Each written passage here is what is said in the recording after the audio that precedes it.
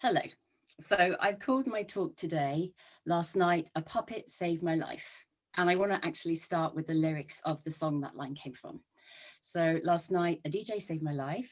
I was sitting there bored to death. And in one breath, he said, gotta get up, gotta get going, gotta get on there, girl. And I love that idea. That I'm so curious about that space between sitting there bored and getting up and getting going. I think there's a lot of potential in that little space. So what I'm going to talk about today is I'd like to tell you about why I love puppets so much, how they have saved me on numerous occasions, and that space where it's between thinking and doing and what's going on there. So the reason why I love puppets so much is not because I was a big fan of soft toys when I was a child. I liked my animals alive. And also, so it wasn't about that. And it wasn't really about performance as such. You know, I love puppet performance, but I never had the urge to perform myself. It was more to do with the fact that the puppet is an avatar for something inside us. It reflects something back from us and who we are. And I'm so intrigued by that thing that's being reflected. And when I look back, I think, where did that fascination come from? And I think it was a chap called Ken Campbell. And if you haven't heard of Ken Campbell before, I would really advise looking him up because he's not alive anymore, sadly, but he was a theatre practitioner who was really into experimental theatre and improvisation. And he loved acting. He was an actor, director, writer, and he used to do these stand-up shows. I was lucky enough to see three of them. And this particular day, I was in my early 20s in a small theatre in London. And it was just him on the stage with a big box, a big wooden box. And he always kind of told rambling stories, and then he would kind of snap them shut at the end. And this was all about that bit in the middle of story he was talking about. So you have the idea or the invitation to move forward, and then the bit in the middle that you can't really control, but the exciting stuff happens there, like the dilemmas and the conflicts and boy meets girl, it goes wrong, all those kind of things. And he was examining how if you go into flow and you just accept what happens in that space, there's huge potential for personal growth. And of course, then you want the outcome, the happy ever after, or the learning, and then you do the whole thing over again. So I was really intrigued by this. Anyway, the last 10 minutes of the show, he opens the box and you could feel the anticipation in the theatre. And I was literally on the front of my seat, and he brought out a puppet. And I just had one of those wow moments of thinking, I want some of this. I want that feeling of intrigue and sharing something with other people where it brings out something in them. Well, a few days later, he called the flat I was living in, actually not to speak to me at all, to speak to my then boyfriend, now husband, about this tape of a wailing woman, but that's something else. And I just took the opportunity to just gush about how much I loved Ken Campbell. And I said, I was a teacher at the time, and I said, I'm going to bring puppets into my teaching. And he just said, why? And actually, I'd really advise you to look up Ken Campbell because he's got the most amazing voice. So you would hear the why and big eyebrows, and I could almost feel them wiggling on the other side of the phone. And I just said, I want to have a puppet or an avatar that brings out the best teacher inside me, and I want to put that in a puppet. And he just paused, and then he just said, fascinating. And I walked away with that feeling that something had changed inside me, that from that point on, this was something I just couldn't let go of. I just needed to carry on with. So here she is. This is my avatar of me, who I've had for years and years. And she is a really good teacher. She tells better stories than I've ever told. She has such control over the class. She takes the children on adventures maybe I wouldn't be brave enough to do on my own, on magic carpets and things. And this puppet has saved me so many times. I've even had times when I put her back in the bag and given her a little kiss to say thank you, because she's been with me for such a long time now. And when I started working with a team, they all held her very carefully because everyone knows with the puppets, that if it's your particular puppet, it becomes a little bit precious. So this one here became a puppet that saved me. And when I think of other puppets, I can't help but go back to a time before I was using puppets all the time. And I was actually teaching social education for a charity called Learning Through Action. And I was doing a lot of work on drug education at the time. And I was going to conferences, sometimes the speaker, but more often the delegate. And this day in particular, it was in Epsom Racecourse. So a really big conference, about 300-400 people. And I had the nightmare of getting stuck on the M25. And then by the time I got there, there was no parking. So I was really late for the conference. And I went into the foyer and there was the table with all the name labels on there. And I couldn't see my name. There's only a few left. I couldn't see my name. So I went to the receptionist lady and said, do I have a name label? And she said, oh, hold on, let me look on the list.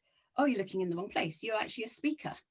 So then I had that feeling in my stomach of, oh my God, I'm actually down as a speaker here. And this is in the days before the internet. So normally you'd have a big load of resources and leaflets and even an OHP presentation. This is a long time ago, and I had nothing. So she said, it's okay, this speaker will finish, then you can go and sit at the table, like the big table at the front, and then one more speaker and then you're on. So I stood at the door and looked in, didn't see that many familiar faces, and I just reached in my handbag. Maybe, I think I was looking for business cards or some inspiration.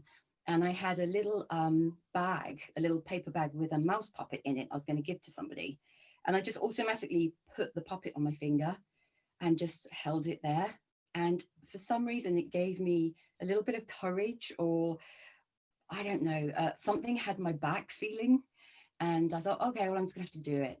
And I had some nice things, like in the traffic jam, I'd heard something about drugs on the radio, and I thought, oh, I can use that. And then when I went in to sit down, the guy talking before me was somebody who had a very different way of teaching drug education. And we hadn't always seen eye to eye, but I just wrote down some notes about what he was saying and used his speech to kind of like help me with mine. And it was okay. It definitely wasn't the best one I've ever done. And but actually me and him really kind of got on after that. It seemed to, maybe that was the benefit, that we actually could carry on our career together quite in a good way. And then a little bit later, when I wasn't at the big table, I did actually find myself putting my hand back in my bag and giving the mouse a little squeeze, as if to kind of say thank you. So I was thinking about this whole thing. So me standing at the door before I go into the room, the sitting on the chair in the song before you get up and get on that dance floor, or Ken Campbell's the idea or the invitation, and then you move through the story and then you get the outcome. So bear with me with this. I was looking around the puppet room and I thought a ball of wool, because that middle bit, you could become unraveled.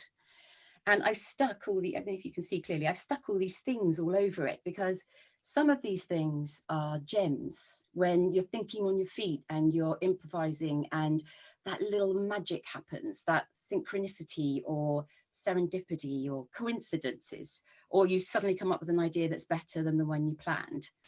But some of these are awful. They're failure, and they're that fear we have of not being good enough or somebody else being better than we are. And when we get stuck on them, and I was thinking how bizarre. To me, the fact that the puppet saves me most of the time is completely natural. But to most people, that would be a bit strange. So what would that be to you? Would it be an outfit that you wear that makes you feel brave, a certain pair of shoes? Maybe you do your hair a certain way. I don't know how many people would admit to having maybe a lucky charm. You know, some people have things on their key rings. How many of us touch wood, or even have whole routines we do before we go out and do something that fills us with a little bit of fear? So that's my puppet that does that for me. But I wonder if what this thing and what these things are for you, these external, not just crutches, but things that we rely on to save us maybe. So I've had so many situations where puppets have saved me. Literally the physical one where I fell on a puppet and it was a massive big one and it literally saved me. We've had times when we're working as a team where we were doing some street theatre once, and two drunk guys were properly hassling the puppets. And obviously there were children everywhere. And you would not believe how feisty Little Red Riding Hood can be, as that puppet calmly sorted these guys out and just made no drama, whole thing done. Okay, there was a good puppeteer behind, but I think Little Red Riding Hood's attitude came out that day. We've had times when, we had an awful time when we were doing back-to-back Christmas shows, and we were doing them in Uxbridge Shopping Centre, which was a crazy place for us to be working. So we were trying to do well-being and friendship within the Christmas show. And the next day after a run there, we were in a big nursery in Reading. And literally as the show started, we realised our main character, Father Christmas Puppet, had been left behind in Just Cuts in Uxbridge. And so everyone's having a little panic. The show's already started. His grand entrance is about to happen. And I literally just walked back through the nursery thinking, looking around for inspiration of how we're going to do this. And right in the entrance of the nursery was a big display with a big Father Christmas toy. And I literally snuck in and took it and gave it to the puppeteer, who luckily was talented enough to make it look alive. We did the whole show. And then I snuck it back in the display afterwards. And actually, somehow or another, we got away with it. So although it wasn't a puppet as such that saved us, it was definitely an external thing that kind of pulled everything together for us. Often, one of the joys of puppets that I've always loved, being a little bit of an introvert at heart, is the fact that you can hide behind it. And once again, I think we all have things that we can hide behind. My daughter said the other day she quite likes wearing a mask sometimes, so she can just hide in that way. I have, oh yeah, I've got one here. This is the one that I've always used. This is a dog puppet, and I call him Meatballs.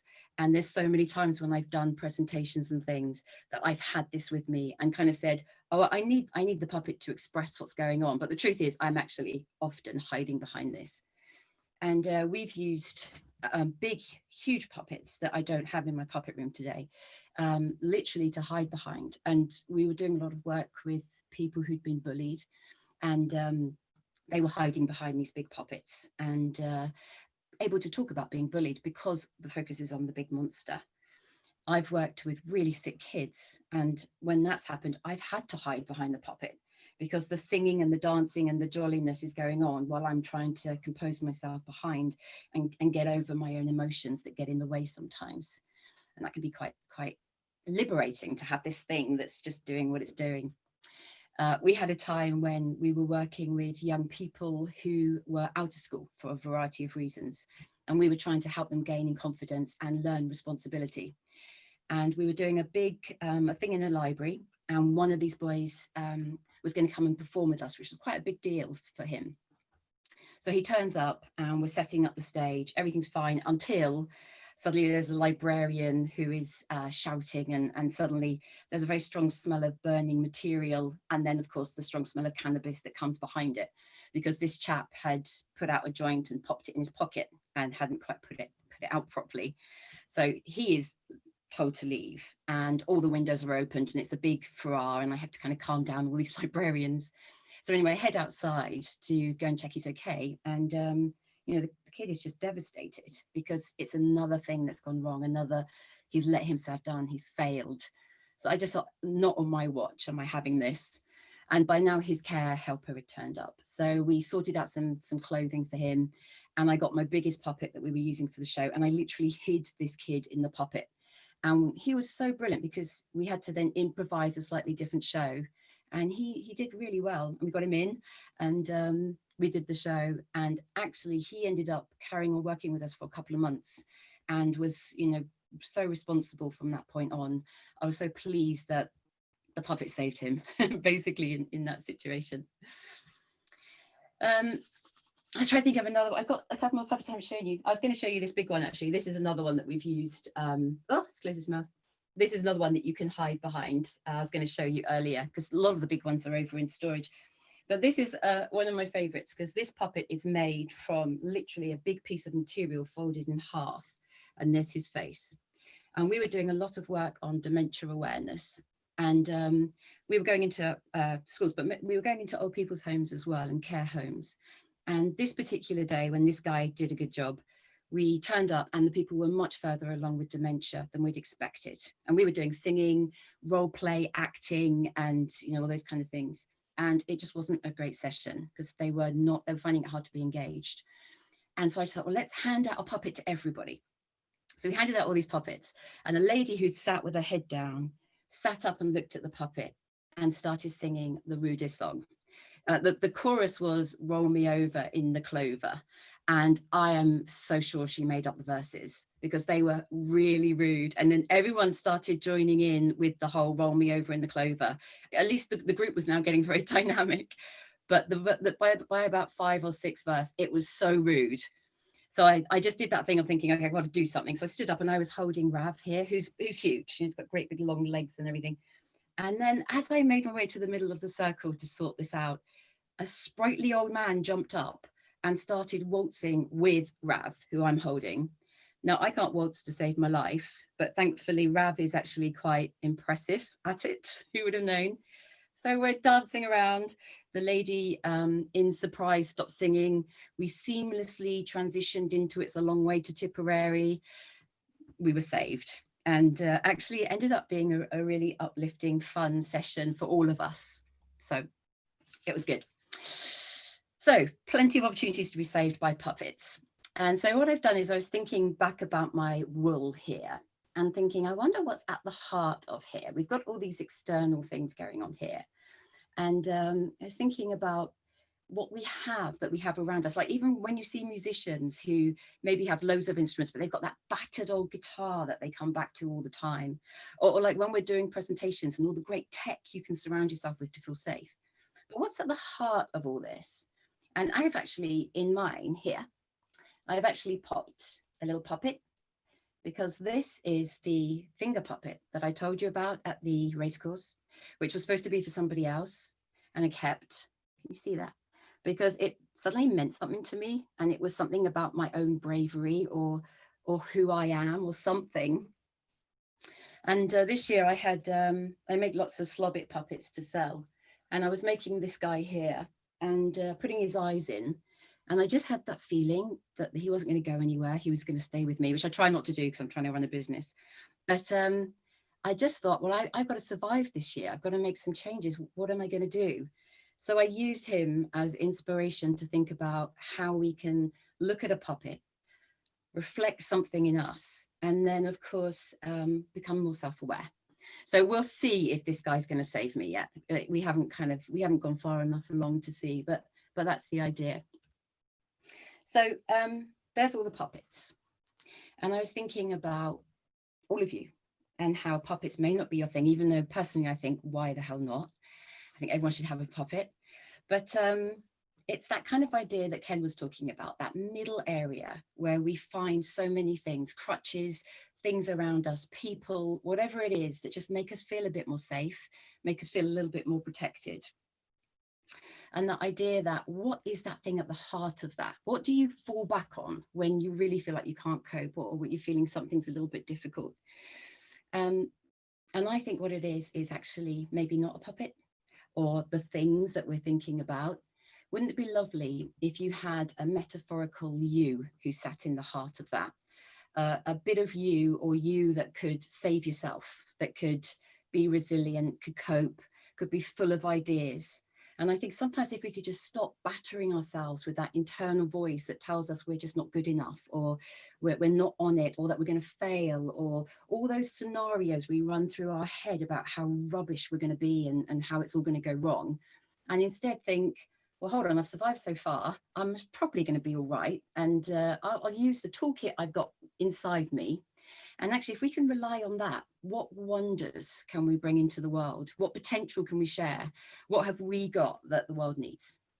So I called this talk last night, A Puppet Saved My Life, but maybe I should have called it Last Night and Always I Saved My Life. So something to think about. Thank you so much. Silent clapping, yay.